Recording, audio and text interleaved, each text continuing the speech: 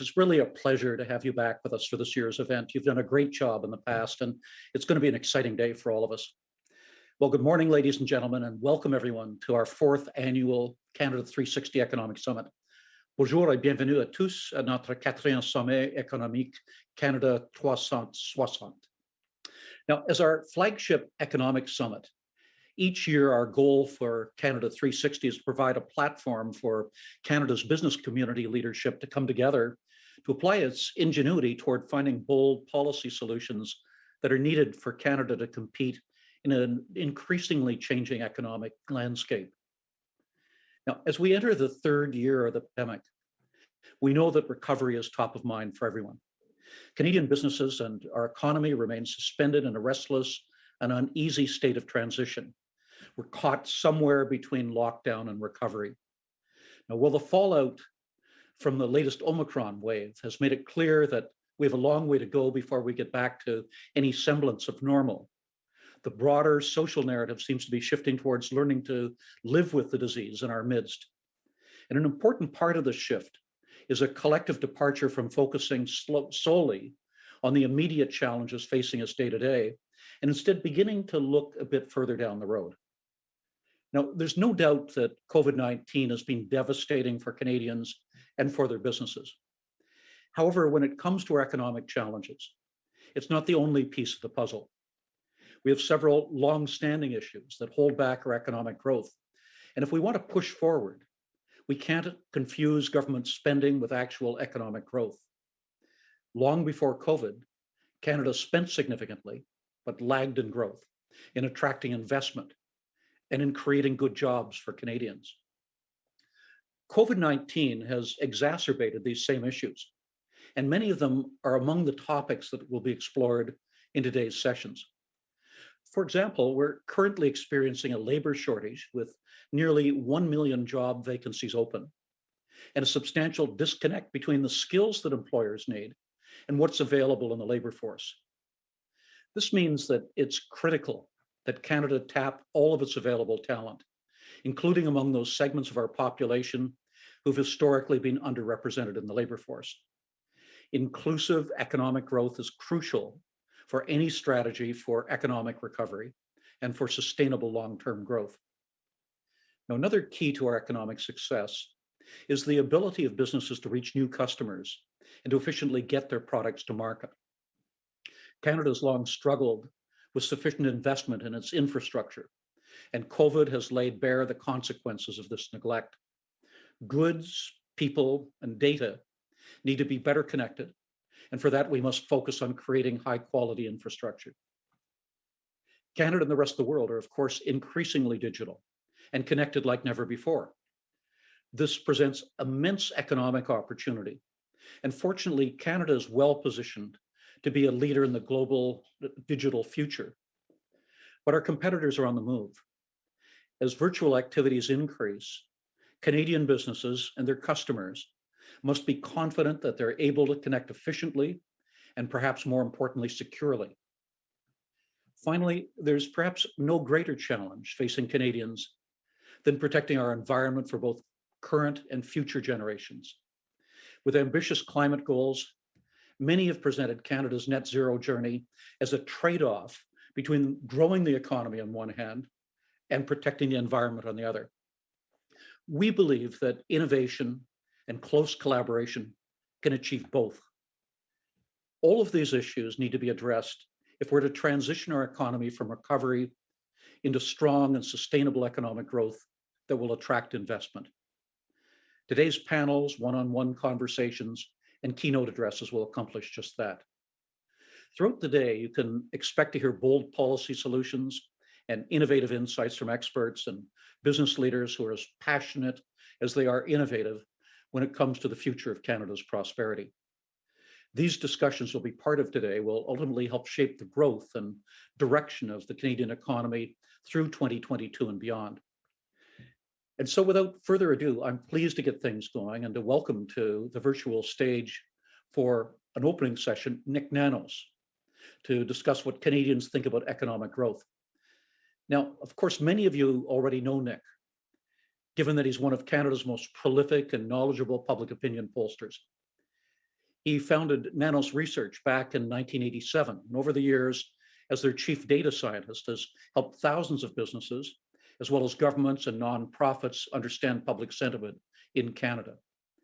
Among other activities, he's the official pollster for CTV News and produces the Bloomberg Nanos Canadian Confidence Index. Now, for the first time this year, as part of our annual flagship conference, we commissioned Nanos Research to survey more than 1,000 Canadians to gauge their views on the economy. These survey results were released just this morning. And we think not only are they interesting in their own right, but they'll also help to set the context for the sessions to follow later today. Nik, welcome. We're delighted to have you with us.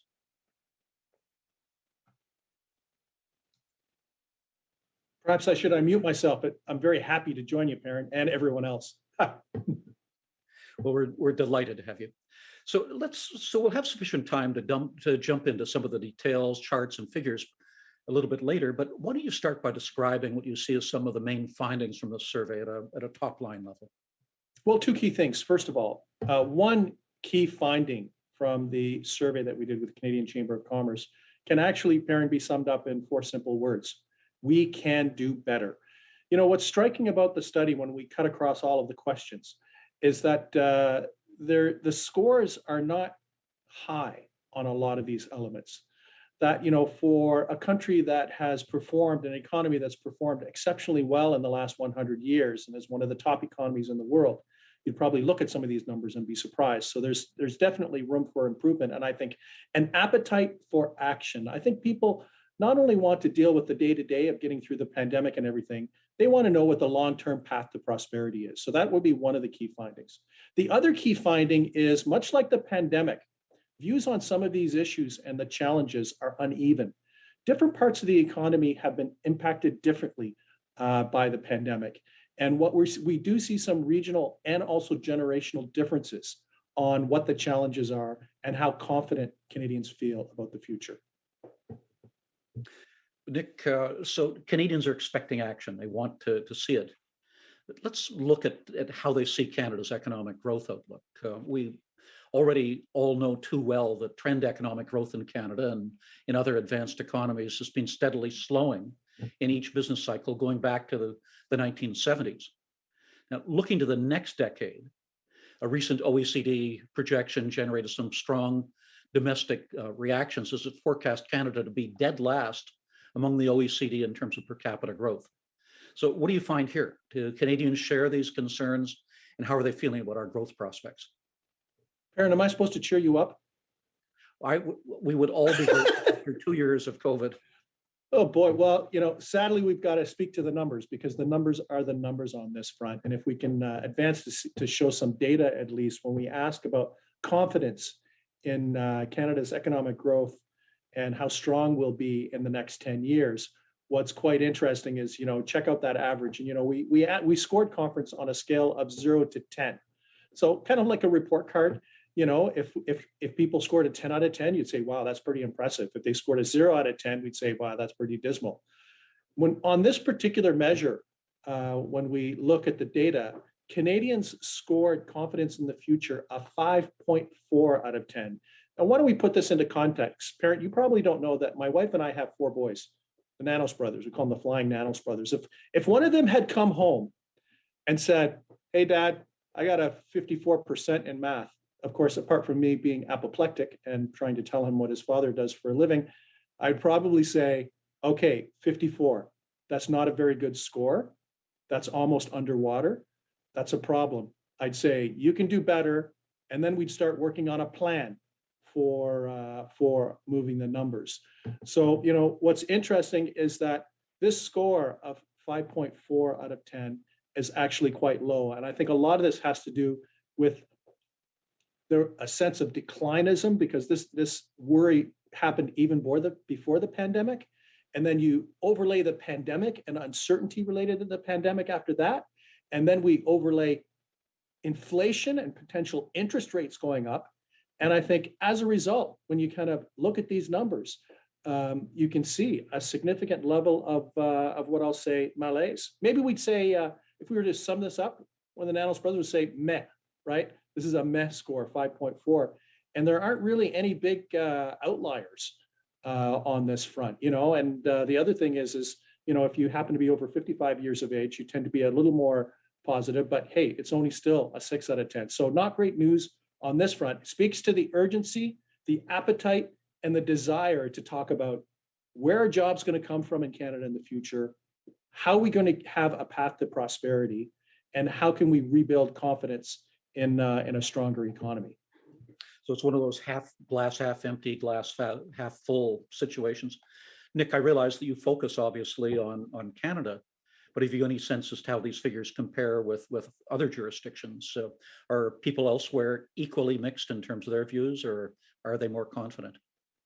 Actually, you know, one of the things is that if you happen to be someone, when we look at similar data for example, in the United States, can Americans by definition tend to be a little more bullish on the future compared to any other country.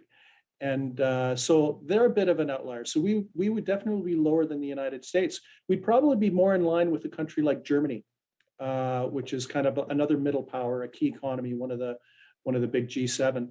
But you know, I would say we'd probably be below the United States on this, and probably on par with a country like Germany. Can we drill down a bit in terms of how people see their own circumstance, their own personal finances? How do they feel about their own pocketbook and financial outlook over the coming decade? Yeah, it's just marginally better. You know, the number on Canada, the Canadian economy writ large, was 5.4, and you know, you can see it's 5.9 in terms of Canadians mapping out their personal financial situation. And I think this probably has to do with the fact that when people are asked about Canada as a nation and its economic strength, it's like asking people, how do you boil the ocean? There's not a lot of control. So the good news is that when it comes to people's personal finances, because people have a greater level of control over their personal finances and their personal economic situation, it's marginally better. But check out that one demographic number. You can see the 35 to 54. These are middle-aged Canadians who are actually being squeezed. They're probably thinking about, you know, issues like their own retirement, probably having to deal with helping their parents and being caregivers for their parents. They're also kind of carrying the burden right now when it comes to taxes. So marginally better, still not a great score. And if you happen to be middle-aged, you're probably more likely to be less optimistic about your personal financial situation 10 years from now than if you are younger or already in retirement. And in terms of the regional differences, Nik, again, we see differences across the country. Yeah, in the prairies. And you know, the prairies have had a tough time in the last in the last number of years. A lot of this has to do with uncertainty in the energy sector. And what we find in not just this study that we've done, but in our weekly tracking, our consumer confidence tracking that we do for Bloomberg News, that you know, 10 years ago, the prairies were at the forefront, almost exuberant in their economic confidence when you know, the energy sector was hot, and they've gone from being a leader to a laggard on the confidence front, and we see that basically cut across a lot of the numbers. We were particularly interested when we looked at this, Nik, at the question of what everyday Canadians see as the top challenges for the country's economic growth. And how did you pose this question? What did you find? And does it look like Main Street has a different view from Bay Street in terms of these issues? No, it's interesting. This is Perrin. This was I call it the Survivor Island kind of question, where we'd ask people to actually rank the top two challenges. You know, if we had asked independent questions on each one of these and say, are these challenges important? The numbers would have actually probably been quite close, because people would have said, you know what, the changing trade rules are very important, as is an aging workforce, as is being prepared or not being prepared for the digital economy. But what this does is it is a forced, I'd always kind of say, people don't like these types of questions sometimes because they're forced to choose. And I'd always say, life is unfair. Many times you have to make decisions. You know, at the top of the list, you can see that the biggest challenge is identified as as high taxes, and then responding to climate change as the top two. The red bar are people that identified it as their biggest or top challenge, and the orange bar, the second biggest challenge. And I think I'm not really surprised that high taxes actually came out on top. And I think of it this way, Perrin, and the reality is in 2008, the federal government and many governments had to take on debt. Now we've taken on what I would even call wartime deficits being incurred. And I think as a result, although Canadians are supportive of stimulus and support for individuals, support for enterprises to get through this, they know that the money's got to come from someplace and that it will have an impact on our fiscal situation in the long term. So, I would hazard to say that both average Canadians are probably in sync, Perrin, to your question, with many businesses in the country where they're just they're not concerned about what's been done, but they're concerned about what this might mean for government policy, what it might mean for the tax rate in the future. The other thing that's quite striking is that responding to climate change scores quite well, and also having skilled workers. And this isn't, and the interesting thing we have to remind people that are watching this is not a survey of businesses, this is a survey of Canadians. So think of it this way: Canadians, a significant proportion of Canadians even identify having access or having skilled workers that we need in the economy being a significant concern. So actually, I see a lot of alignment here with a lot of the research that I've seen in the business sector and also among consumers, that they want to know what's going to happen on the tax front so that they can plan for the future. They know that the environment is important and want to see what the plan forward is on the environment, because they know that that is a critical long-term issue. And in the short term, also skilled workers. And maybe, Perrin, before I kind of wrap up my comment on this, one way to think of this are things that very urgently need to be addressed and have a direct proximity to people's day-to-day lives. And then other things that are important but need to be managed. So when we come to things like infrastructure and trade and the digital economy, just because they're at the bottom, it doesn't mean that they're not important. What it just means is that they don't have the same sense of urgency today. So those other issues have to be addressed. However, those ones at the top are what I'll call super urgent challenges that Canadians want to see action on and a plan on to help make the economy stronger. Nik, I want to ask you about subgroups and what sort of differences there are, but just before that, can I ask you to just set this into some context? This survey focused specifically on people's economic views. Yep. But each week you publish a survey of broader concerns that Canadians have: climate change, the pandemic, and economic issue, jobs, and so on. How do these economic issues fit relative to the other concerns that Canadians have today? And are you seeing a significant change in that? Well, the thing is that what we're seeing in, for example, we weekly track the top national issue of concern, and many times it reflects what's in the news. And it reflects what our elected officials are focused on. So when the Prime Minister talks about the pandemic every day, Canadians take that as a signal that the pandemic is important. In the same way, in the past, we've seen prime ministers, and why don't we use Stephen Harper as an example, that would talk about the personal debt of Canadians, and then that would be on the agenda. I think the challenge in this particular environment is that the immediacy of the pandemic basically crowds out the discussion that we need to have and the work that must take place on the economy, and also the work that needs to take place on the environment. So what we're seeing, at least in terms of mindshare of average Canadians, a fixation on the pandemic, because if their parents are at risk, if they can't get the surgical procedure that they need at the hospital because beds need to be made available for individuals that are affected by the pandemic, it kind of knocks everything off the radar.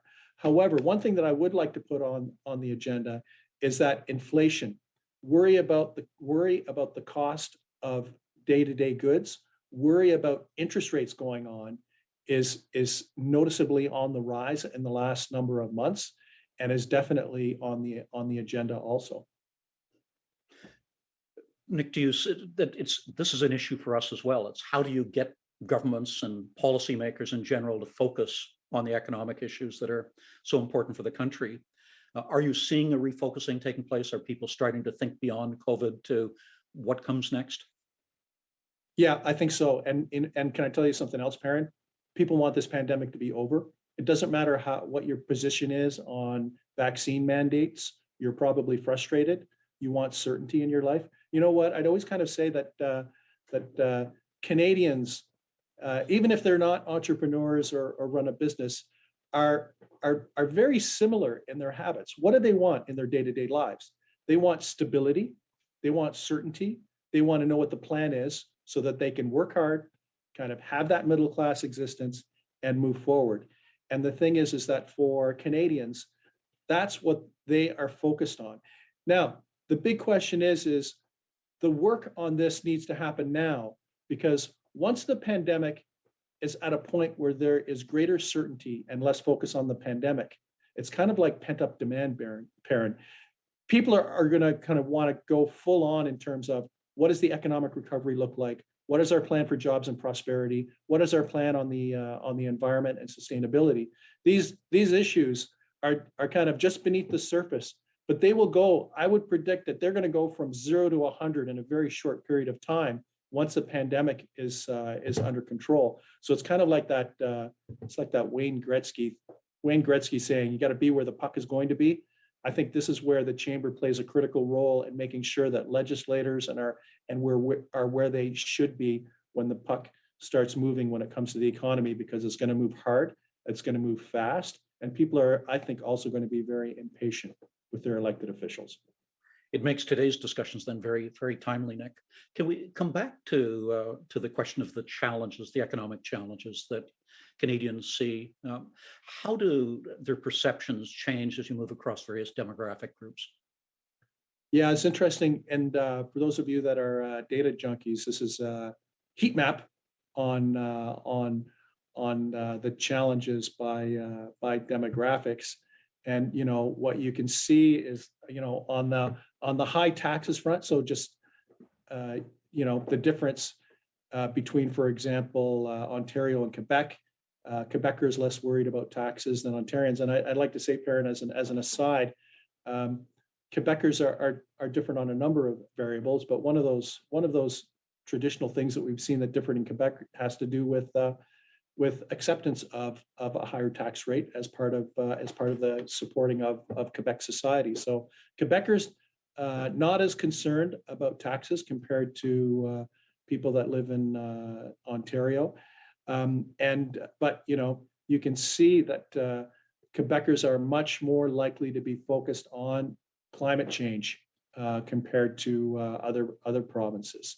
So we see that. And the other thing is check out that age, high taxes. If you scroll across the top row, high taxes, and this speaks to what I was talking about, middle-aged Canadians being squeezed.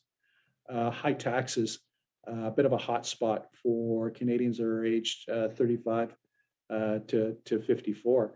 So some key regional differences, and also some key demographic differences on what I'll call the pain points that we have to address in order to strengthen the Canadian economy in the long term.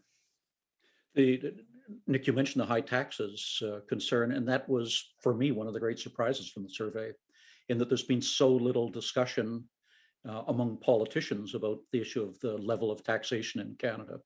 But it appears if we have a sleeper issue here.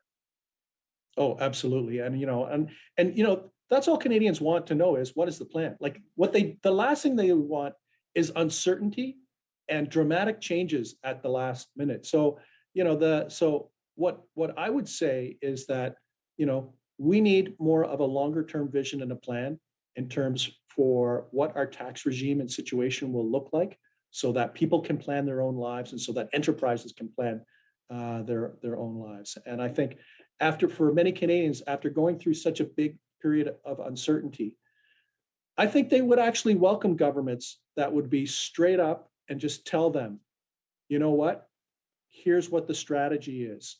there are going to be some sacrifices. And in my experience, Canadians are willing to accept sacrifice if they understand that it's for a purpose and that there's a certainty and plan behind the request that's being made.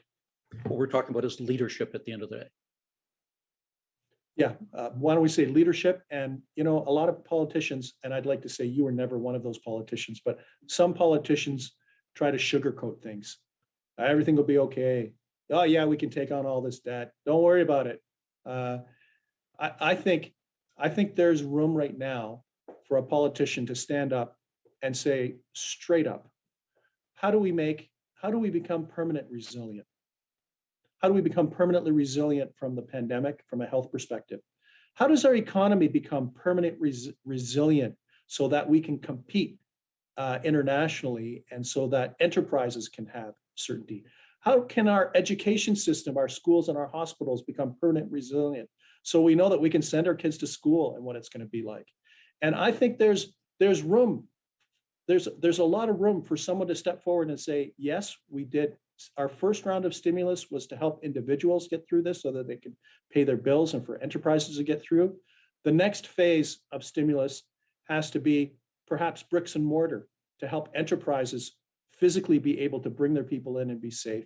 For schools, maybe we shouldn't be having schools where we jam kids together, and that schools need to rethink how they're laid out so that kids can be safe. And I think maybe we could have an opportunity for politicians to say, how can we become permanent resilient?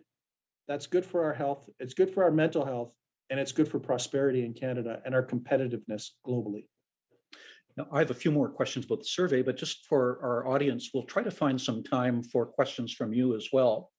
Please use the Slido app and submit your question to Nik. Anything about the survey and his findings, we'll be glad to try to get to as many of your questions as possible.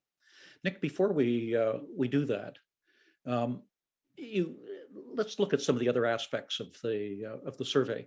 You also asked Canadians about overall confidence in other aspects, such as encouraging a diverse workforce, Canada being a place where businesses can succeed, supply chain performance. We've heard a lot about that lately. The environment, which you mentioned today, and of course, growth. What did you find here? Well, scores on some things being a little better. You can see that encouraging a workforce from a diversity of individuals, that a majority of Canadians have confidence that we could move forward on that. You can see the overall score is 6.7, not a great score, but not great. A place where businesses can succeed. And I think this is an interesting indicator, especially tracked over time. Because I'd always kind of say that word of mouth is actually one of always the best ways of advertising. Word of mouth between chief executive officers and entrepreneurs, word of mouth between consumers. And I think this whole idea of making sure that we can advance an attitude in an environment where we believe that businesses can succeed. And what do we mean by success? We're not talking about kind of over the top success. We're just talking about businesses being able to function, create jobs, create prosperity, have a profit, and have a certain level of certainty. So I think that, the fact that 55% of Canadians have confidence in that, I think that's a good score, but I think this is indicative of something that should be improved. But, check out the number on the supply chain, or what I'll say, reducing greenhouse gases without undermining economic growth. On both of those things, there's a greater level of uncertainty where there is a significant number of Canadians that are kind of either neutral or have low confidence. What does this mean? This means that Canadians know that these are challenges. They haven't heard any solutions. And I think that's what they're waiting to hear. Once there's a greater sense of solutions on these key files, for example, the supply chain and the solution in terms of how we square the circle on greenhouse gases and making sure that economic growth continues. I think that's where the appetite. So they want to hear more and they want to hear concrete. I don't think anyone has any objections. It's interesting, you look at these, people don't object to these things, but I think on some of these where people score lower in terms of the level of confidence, it's because we haven't heard enough and I haven't heard anything really concrete. for Canadians to kind of bite into in order to have a higher level of confidence. Let's focus a bit more closely on this issue you mentioned of the issue of greenhouse gases and growth. Your survey showed that the population was split with roughly a third in each camp, but in the end, more people expressed low or no confidence, about 35%, as opposed to high confidence, that was 32%. Again, do we know what groups are least confident in Canada's ability to make an environmental transition without disrupting growth? Yeah, well, it would be at the top of the list would be the prairies. And the interesting thing about the prairies is that if you happen to live in the prairies, you are probably more knowledgeable about the energy economy than Canadians in other parts of the country. And the thing is if you happen to be in Quebec, you're probably more likely to be confident because you happen to live in a province that's blessed with a lot of renewable energy sources, and you're probably thinking, "Hey, we're already there. We have confidence. Of course, we could do that." But if you're living, for example, in the prairie provinces, where the carbon economy is still a key and important part, you're less likely to have confidence. And I'd always kind of think of it this way, for those Canadians that have confidence in the future on the ability for us to, what I'll say, reconcile and have the reduction of greenhouse gases work in tandem with a strong economy, that's good. But we should not dismiss, even though it is a minority opinion, individuals in the prairies that have a lack of confidence. Actually, that should be a signal that we need to engage those Canadians and to have a plan so that they can be on board. And the other thing that I'd like to say, because we've done a lot of research in the energy space for the University of Ottawa, the Positive Energy Initiative, and I remember we were doing one piece of research, and what came through was people saying they get a little nervous when governments decide to pick winners and losers on things. Because why can't energy be like my retirement portfolio? We have a number of different options. We have a diversity of elements within that portfolio in order to hedge for the future.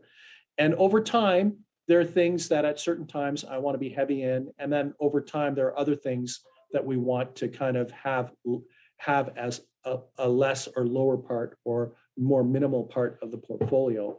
And I think that kind of practical view that carbon is not going away, but to have a discussion on what is the role of carbon in the long term, where is it now and where will it be, but to have that kind of discussion on what is the portfolio of energy solutions that we have in order to meet our needs. So set aside the ideology, focus on what works. Focus on what works and be practical. And I think part of the problem with the dialogue is that you'd have people at either end of the spectrum saying, at one end saying, that's it, no carbon, right? And then at the other end of the spectrum saying, what's wrong with carbon, and we need to have jobs. When the reality is I think everyone agrees that this has to be dealt with and that we need to have less carbon. The question is, what is the orderly transition? This goes back to what I said. What is the orderly transition to a lower carbon economy? And then a real discussion, and some people might not like it, is that what is the long-term role of carbon in our economy? And not to say that it'll be zero, but there will be some sort of role. Nik, let's go back to how this aligns with your other surveys. More generally, across the suite of questions, you generally found that Eastern Canada, which would be Quebec and Atlantic Canada, was more optimistic about our economic prospects compared with those from the prairies, who were less optimistic. Women were more optimistic than men, and older Canadians more optimistic. You were mentioning middle-aged Canadians who see the challenge as being quite daunting. How does this align with the other surveys that you've done? Well, it aligns quite consistently. And the other thing, and we always talk about leading indicators on that could potentially influence opinion. One of the outliers that we know in the research that we've done and in the macroeconomic data that does exist has been real estate, and it's and views on real estate and the appreciation of real estate values, not just in the big cities. Like, we're used to places like Toronto and Vancouver being expensive, and being hot markets. But we're not used to other places like Halifax being a hot place. And I'd like to say I love Halifax. I have two of the Nanos brothers that are living there. But you know what? Halifax is a hot real estate market. Other markets across the country, real estate in rural areas, and is becoming hot because of the pandemic. And what we're seeing, at least, is that if anything unravels in terms of the real estate market, and we don't know what the impact of interest rates and where they'll land in the next 12 to 24 months, if there's anything that kind of slows down what I'll say confidence in the real estate market, that is going to have a material knock-on effect on consumer confidence. It's going to have a knock-on effect on consumer spending, because for average Canadians, their biggest investment is their home. When they see the price of homes go up, they feel good. When they see them go down, or if they don't appreciate, they don't feel great. But the problem right now is that for younger Canadians, these things are completely unattainable. So we're seeing significant generational divides. Like if you're over 55 years of age, you're probably sitting pretty. You've got your home, you've got your pension, you're on the tail end, you don't have to worry about the job market. But if you're middle-aged, you're starting to worry about the future in terms of your own retirement. And then if you're younger, you're thinking, am I even going to have the same standard of living that my parents or grandparents had? And for younger people, it's an overwhelmingly no, that they don't believe that their standard of living is going to be as good or even better than their parents or grandparents. Nik, let's turn to some of the questions from the audience. We're getting them coming in now. First one is, how would the top challenges responses change if the blockades were on the survivor island list? The survey was done before we saw the full impact of the blockades. How would this change all of this? Well, I don't think it would have changed a lot until they started blocking the bridges to the United States. And you know what? That is, for that Ambassador Bridge that I believe, someone will probably correct me in the chat, I think there's $100 million worth of goods a day that crosses that bridge. And I think it gets to, if there's a protest, and for the vast majority of Canadians, they do not live near where the trucking protests are. They cannot hear the horn honking, even though they can't horn honk anymore because of the injunction.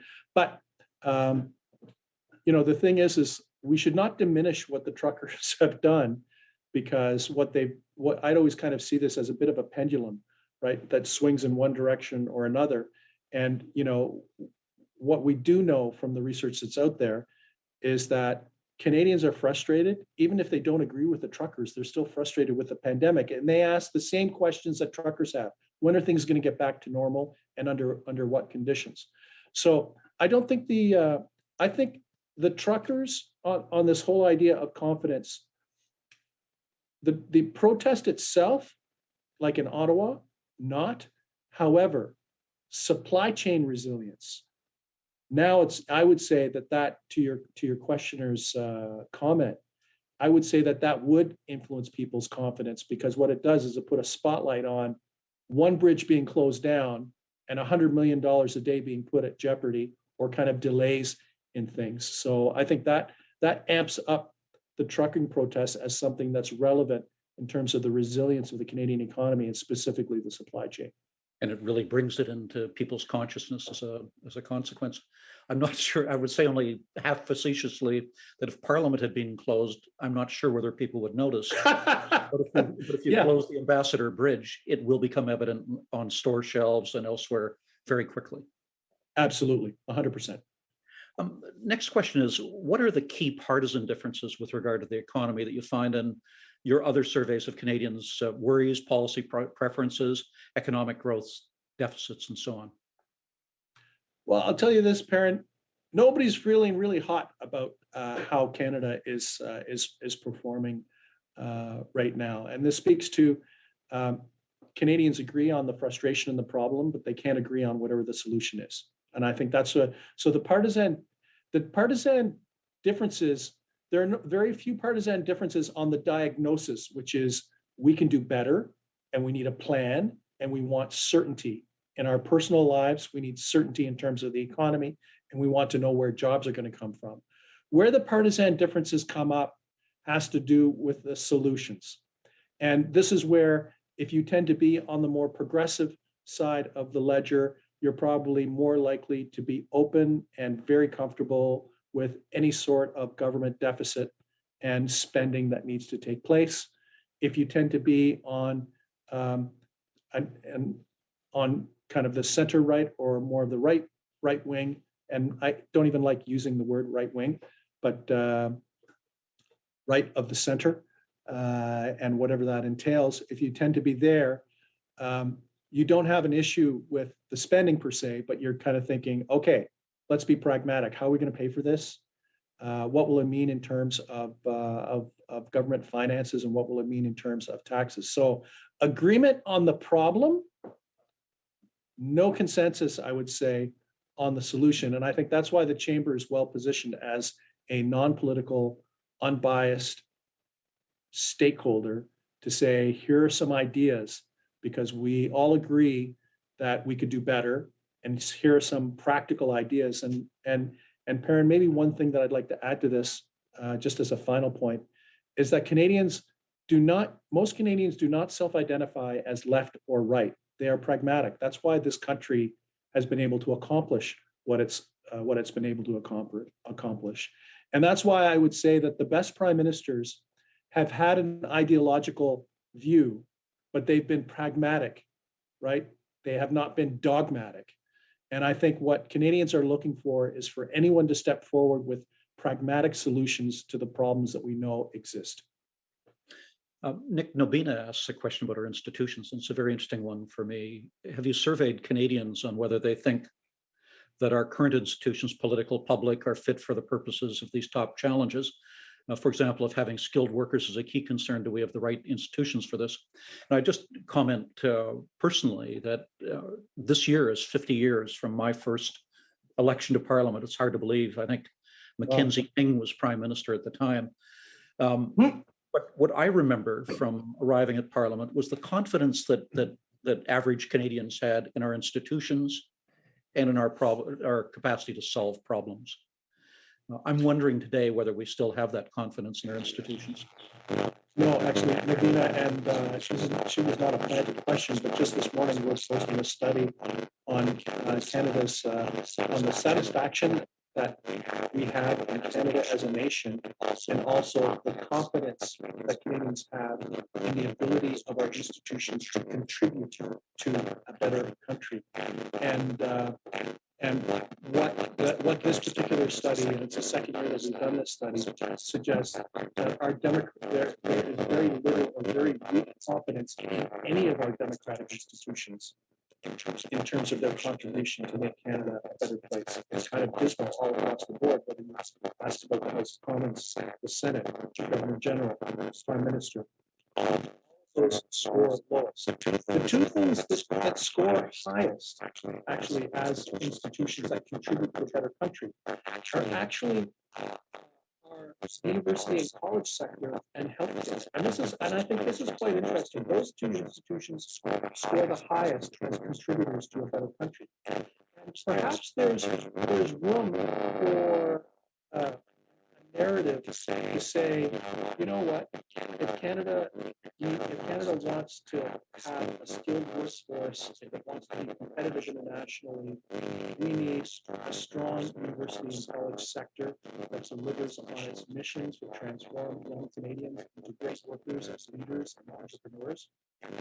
We also need to make sure that our healthcare system functions so that people have the certainty that if they do need healthcare, that it will be there for them. And so, to your question, there'll also be, I'm writing a column on this for the Global Mail this week, actually, those issues on Saturday's Globe, but very low confidence in all of our democratic institutions as contributors to making our country better. But universities, colleges, and our healthcare system actually seen as being contributors. So maybe we should be thinking about how we contribute, how we keep our strengths strong, and how they connect to people's personal well-being and our economic well-being. Steve is wondering, have those partisan differences widened in recent years like they have in the US? Yep. So, yes, they have, and they're getting worse. And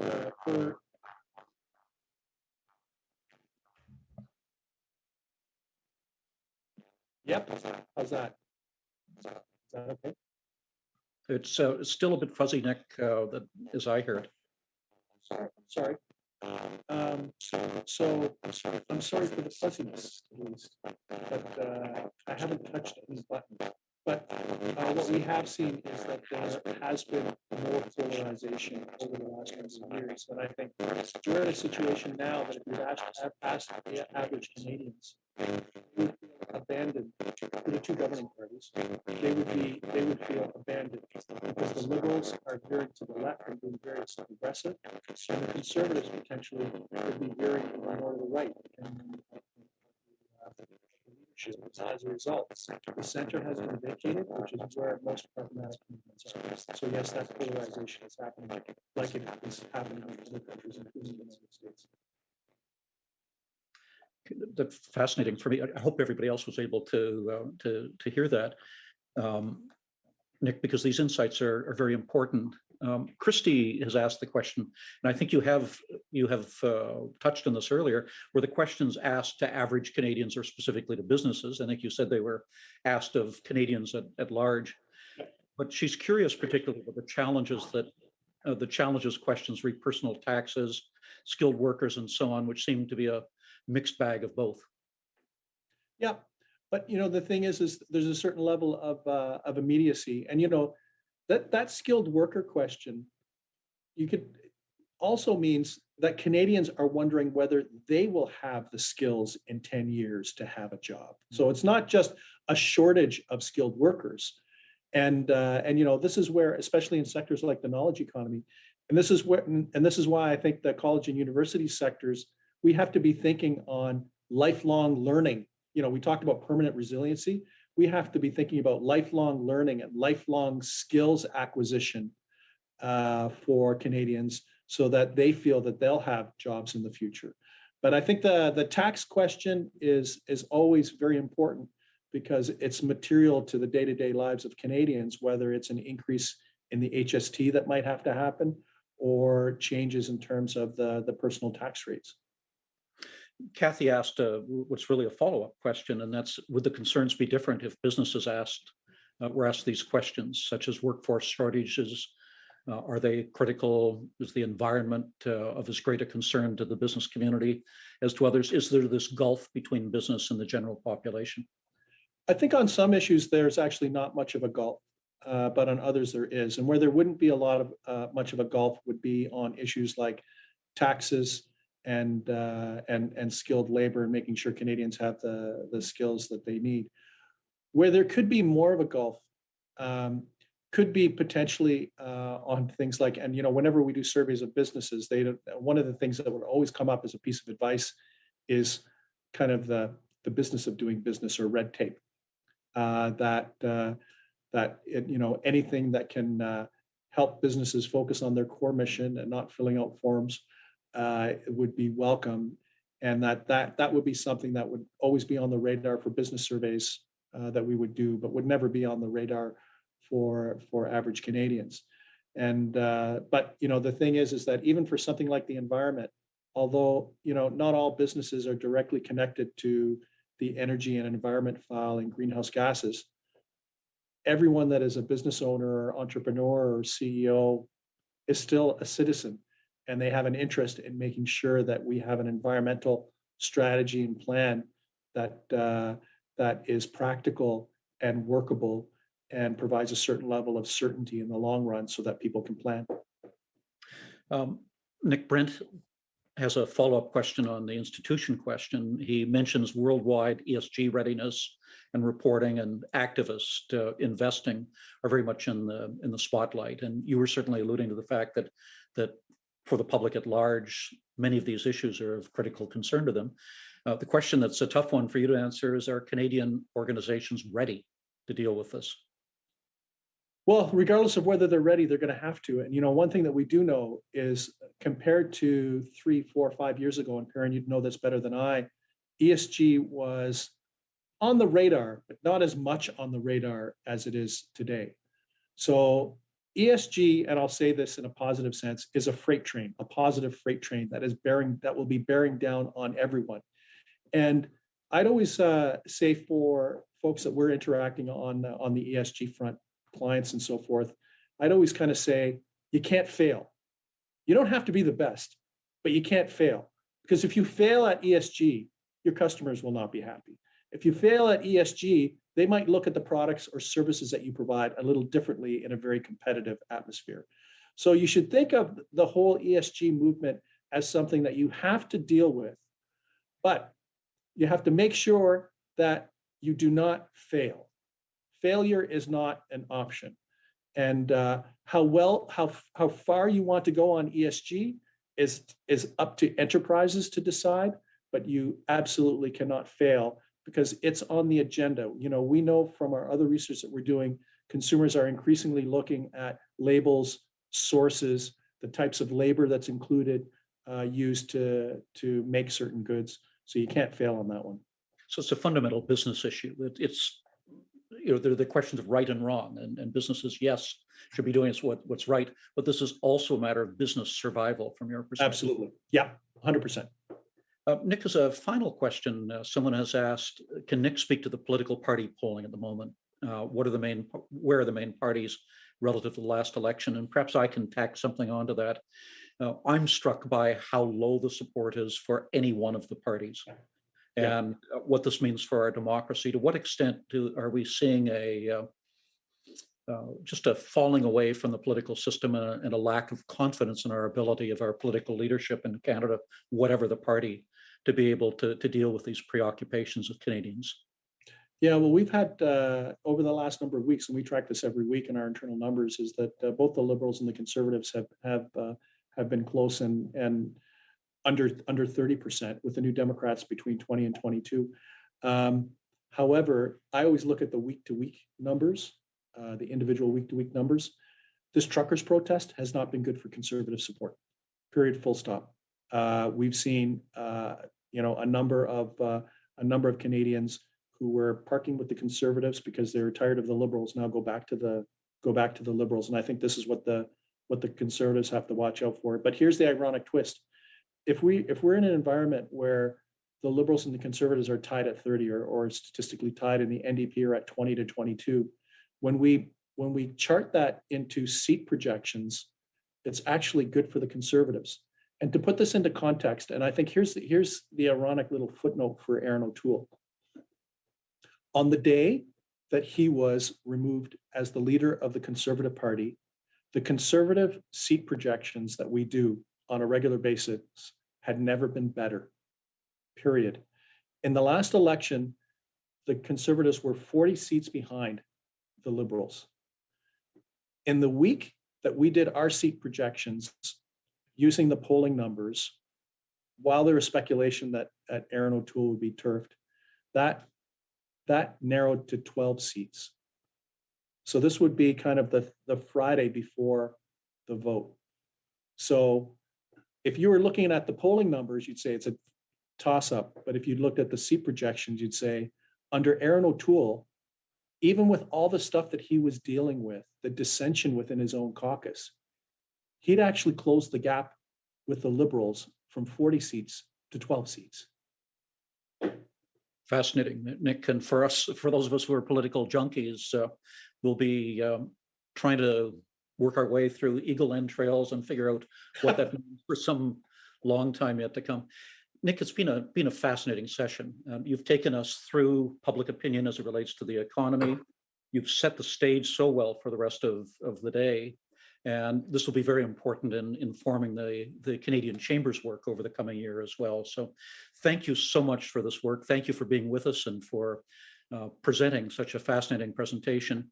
And we hope to be able to do this again with some new questions next year. Super.